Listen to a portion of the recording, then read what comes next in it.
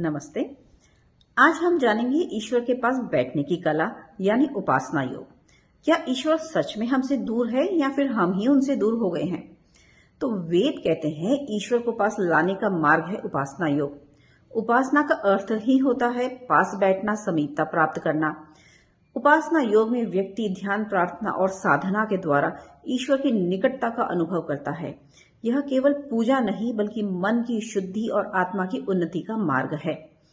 वेदों और उपनिषदों में बताया गया है कि उपासना योग आत्मा को ब्रह्म से जोड़ने का साधन है। इस मार्ग में भक्ति और ध्यान का सुंदर संगम होता है।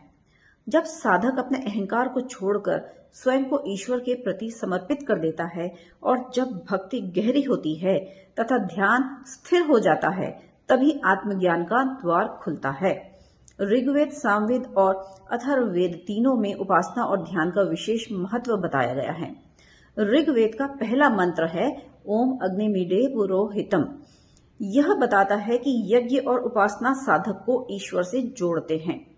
उपनिषद कहते हैं उपासना योग का लक्ष्य है आत्मा और ब्रह्म का एकत्व। जब मन एकाग्र हो जाता है तभी आत्मा ब्रह्म का अनुभव करती है। उपासना योग अज्ञान से ज्ञान की ओर ले जाने वाला पावन मार्ग है। तो हमारी अगली कड़ी में हम जानेंगे सगुण और निर्गुण उपासना। वेदों को और गहराई से समझने के लिए वैदिक गुरुकुल ऑनलाइन से जुड़ें और राष्ट्र निर्माण के इस पवित्र अभियान का हिस्सा बने। धन्यवाद।